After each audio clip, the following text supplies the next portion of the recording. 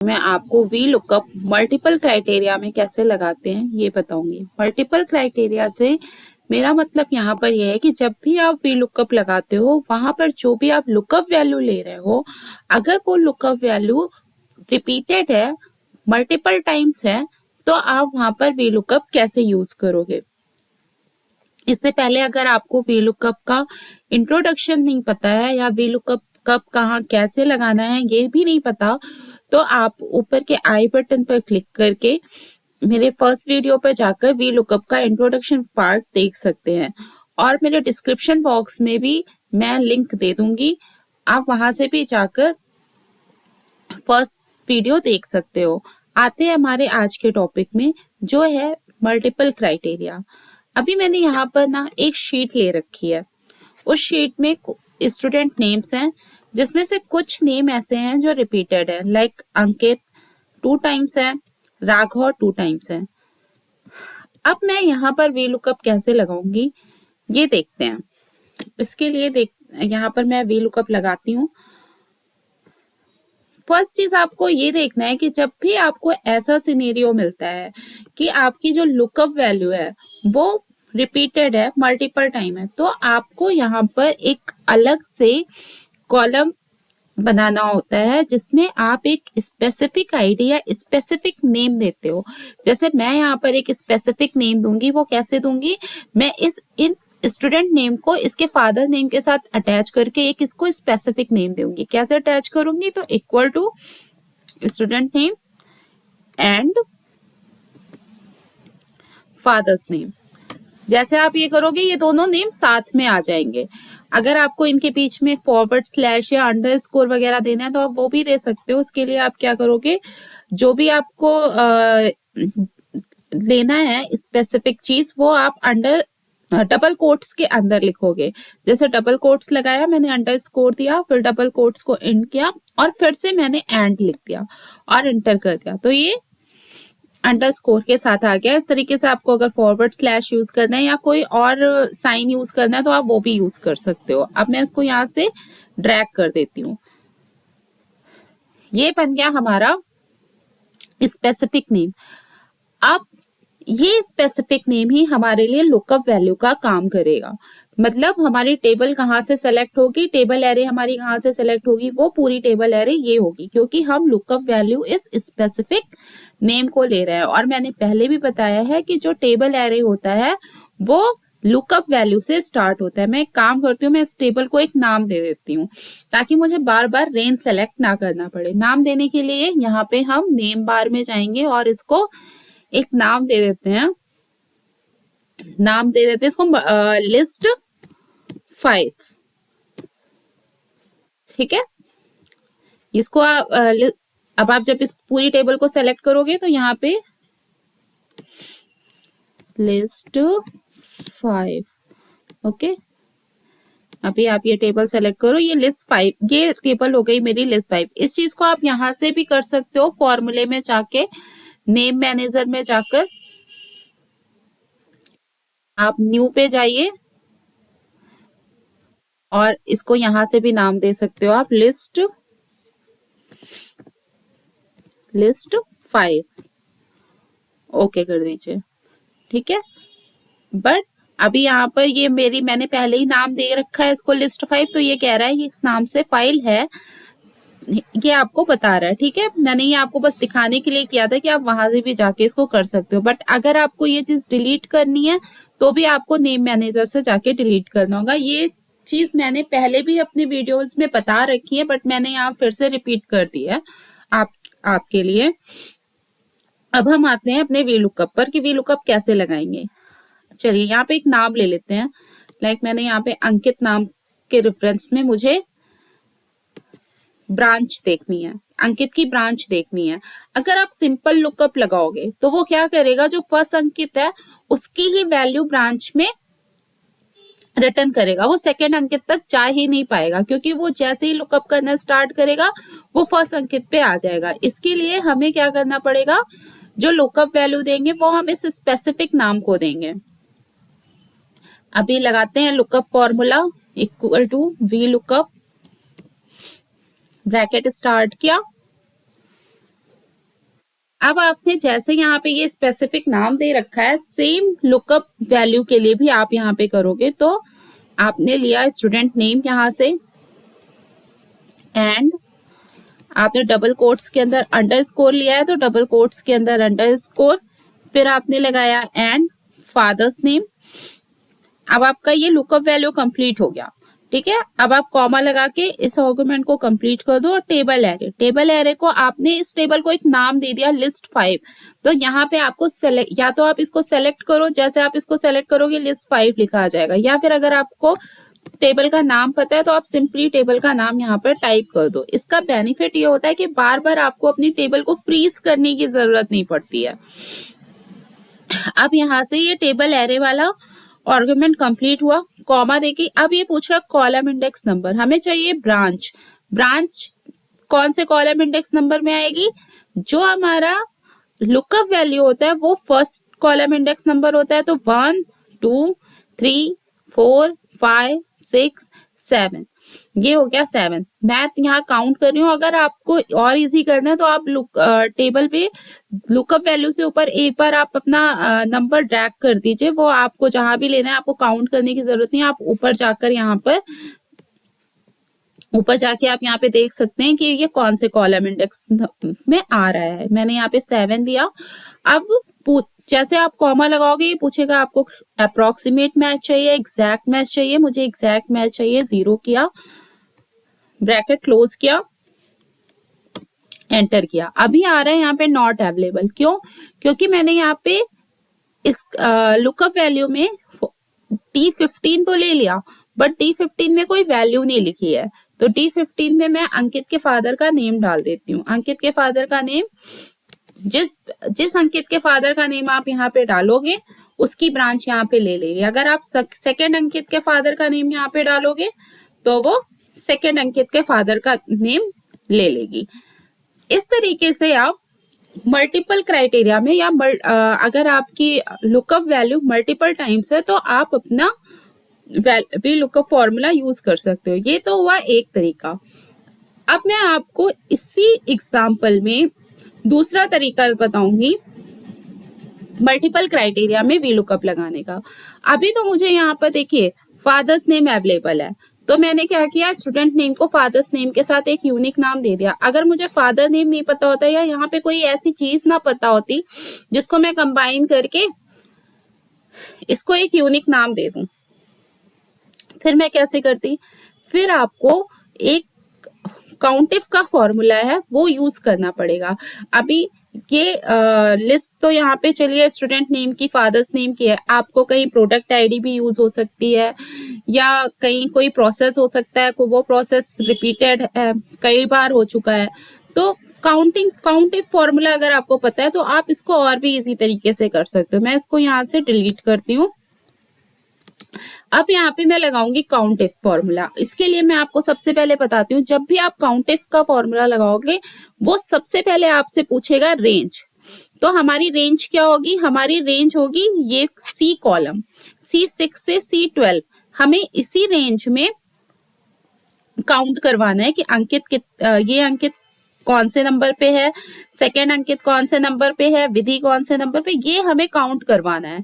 तो और उसके बाद ये तो हो गया रेंज। उसके बाद वो आपसे पूछेगा, दिखा देती हूँ मैं आपको फॉर्मूला लगा के कि आपसे कैसे पूछता है। आपने जैसे लिखा काउंट इफ, ब्रैकेट स्टार्ट किया, सबसे पहले वो आपसे पूछ रहा है रेंज। तो रेंज मैंने आपको बताया, हम ये सेलेक्ट करेंगे। सेकंड में आपसे पूछ रहा है क्राइटेरिया। क्राइटेरिया आप क्या लोगे? ये नेम, इस सेल का नेम, जिस सेल पे आप हो वो सेल आपका क्राइटेरिया होगा कि मुझे इस क्राइटेरिया को इस रेंज में काउंट करना है। चलिए अभी मैं अपनी रेंज लेती हूँ। अब मैं यहाँ पे क्या करूंगी, मैं अपनी रेंज C6 से C6 ही रखूंगी और क्राइटेरिया मैं इसको बताऊंगी C6 ही मेरा क्राइटेरिया है। ये मैंने क्यों किया, मैं पहले सेल को ही रेंज में ले रही हूँ और पहले सेल में ही अंकित को काउंट कर रही हूँ ताकि वो उसको नंबर दे दे कि इस सेल में कितना, कौन सा नंबर है। अब जब मैं नीचे जाऊंगी तो मैं C6 से C7 करूंगी, फिर उसके नीचे C6 से 8 रेंज दूंगी, उसके नीचे C6 से 9। इसके लिए मुझे पहला वाला C6 क्या करना पड़ेगा, फ्रीज कर, पहला वाला C6 मुझे फ्रीज करना पड़ेगा। फ्रीज कैसे करते हैं? डॉलर साइन से करते हैं। शॉर्टकट इसका होता है F4, आप F4 से भी कर सकते हो। यहाँ पे ब्रैकेट क्लोज करेंगे और एंटर करेंगे। जैसे एंटर करेंगे ये बताएगा 1, ये फर्स्ट पहला अंकित है, इसने उसको इस सेल में काउंट कर लिया 1। अब आप जैसे इस फॉर्मूले को नीचे की तरफ ड्रैग कर दो, एक पूरा ड्रैग कर देती हूँ मैं। जैसे ड्रैग करोगे आप सेकंड पे आओ, देखो C6 से C7 आ रहा है और क्राइटेरिया क्या ले रहा है? C7 के स्टूडेंट का नाम देख रहा है। इसी तरीके से सेकेंड अंकित पे आया तो C6 से C8, मतलब ऊपर से लेके C8 तक सेल पे आया और इन 3 सेल में उसने देखा कि ये दूसरा अंकित है, क्राइटेरिया C8 है, इसने देखा दूसरा है तो उसने यहाँ पे इसको 2 दे दिया। अब मैं क्या करूंगी, इसमें इसको नेम के साथ ऐड कर देती हूँ।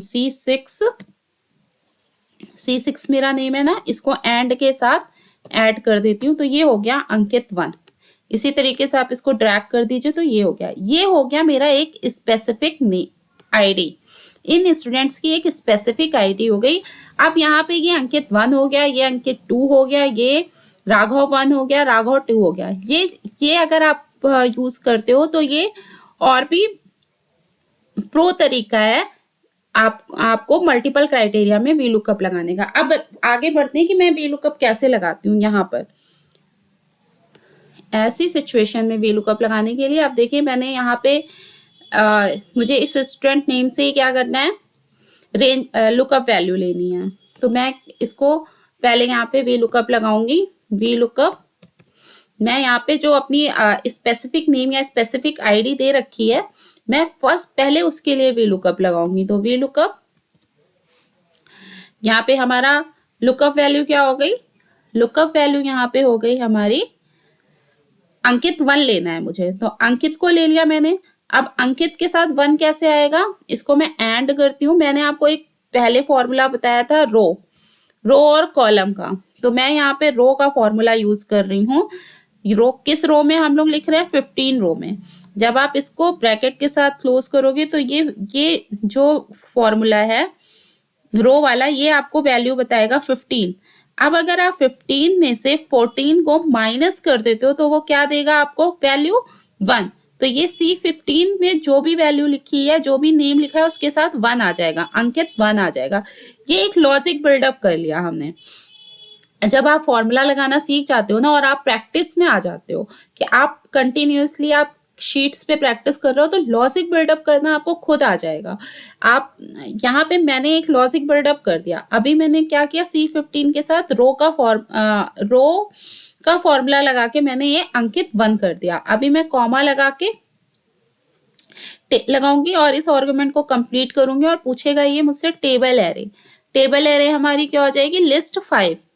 या तो इसको सेलेक्ट करूं या तो मैं यहाँ पे लिस्ट 5 दूं। जैसे मैं सेलेक्ट करूंगी लिस्ट 5 ऑटोमेटिक आ जाएगा, या मुझे नाम पता है तो मैंने लिस्ट 5 दे दिया।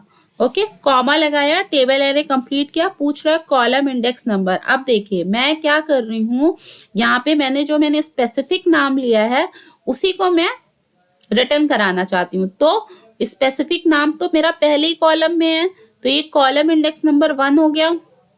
तो यहाँ पे मैं 1 लिखूंगी और मुझे एग्जैक्ट मैच रिटर्न कराना है तो मैं लिखूंगी 0।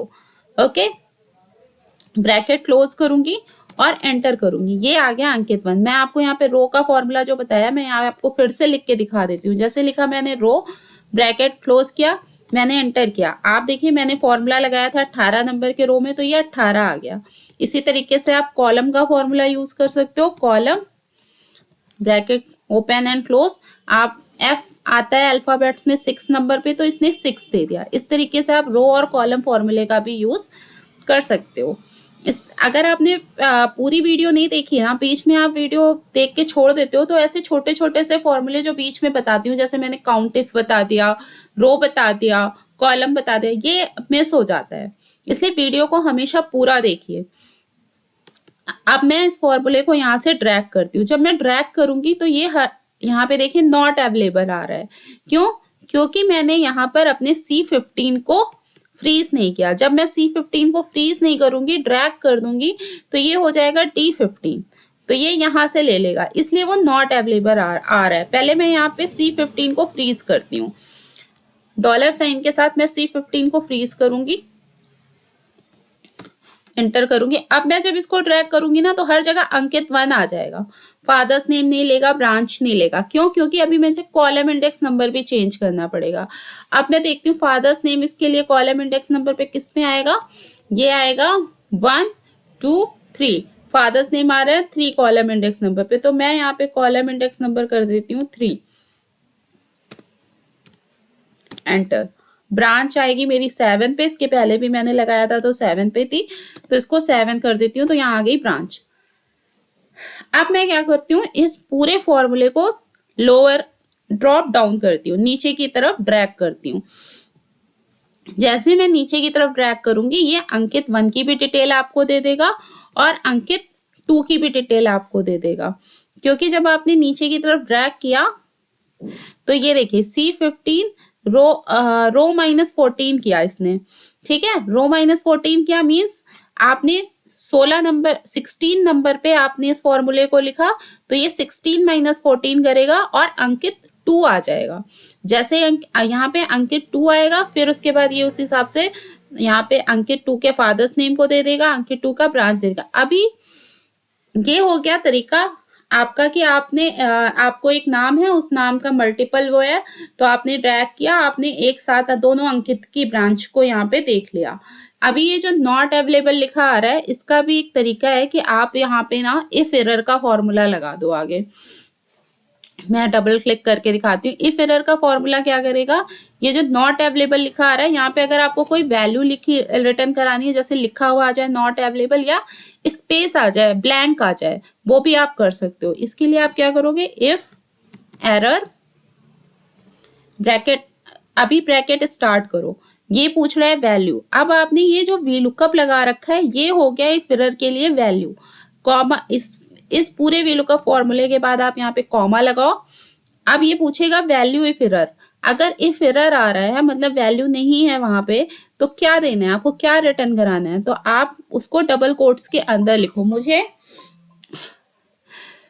ब्लैंक रिटर्न कराना है, तो मैं यहाँ पे क्या लिखूंगी, सिंपल से डबल कोट्स के अंदर मैं इसको ब्लैंक करके छोड़ दूंगी, स्पेस दे देते हैं, ब्लैंक के साथ इसको छोड़ देंगे और ब्रैकेट क्लोज करेंगे। ब्रैकेट क्लोज करके इसको एंटर कर देते हैं। जैसे आप इसको एंटर करोगे और नीचे की तरफ अप ड्रैग करोगे तो ये देखिए यहाँ पे नॉट अवेलेबल की जगह स्पेस आ गया और फॉर्मूला यहाँ पे लगा हुआ है। आप डबल क्लिक करोगे तो फॉर्मूला लगा है। अगर अंकित नाम के 4-5 लड़के और होते तो ये आगे अंकित 3, अंकित 4, अंकित 5 ले लेता, इस तरीके से हो जाता। अभी मैं यहाँ पे फादर्स नेम में भी आगे इफ एरर का फॉर्मूला लगा देती हूँ, ठीक है। इफ एरर, ब्रैकेट लगाया, कॉमा लगाया और इसको लिखा 0 और एंटर किया। इसी तरीके से मैंने यहाँ पे भी एफ एरर, ब्रैकेट लगाया और यहाँ पे कॉमा लगा के डबल कोट्स के अंदर स्पेस देके इसको ब्रैकेट क्लोज करके छोड़ दिया। मैंने यहाँ पे 0 लिखा है, 0 नहीं लिखना, ये डबल कोट्स के अंदर लिखेंगे स्पेस के साथ। जब भी आप इफ एरर का फॉर्मूला लगाओगे और आपको जो भी चीज रिटर्न करानी है आप उसको डबल कोट्स के अंदर ही लिखोगे। अब आप इसको नीचे की तरफ ड्रैग कर दो, ये नॉट अवेलेबल लिखा नहीं आएगा, ये ऐसा लिखा आएगा जो देखने में भी थोड़ा अच्छा लगता है। वो एरर सा देखने में ना अच्छा भी नहीं लगेगा। अगर आपको इफ एरर का फॉर्मूला आता है तो आप अपनी शीट पे ये चीज इजीली लगा सकते हो।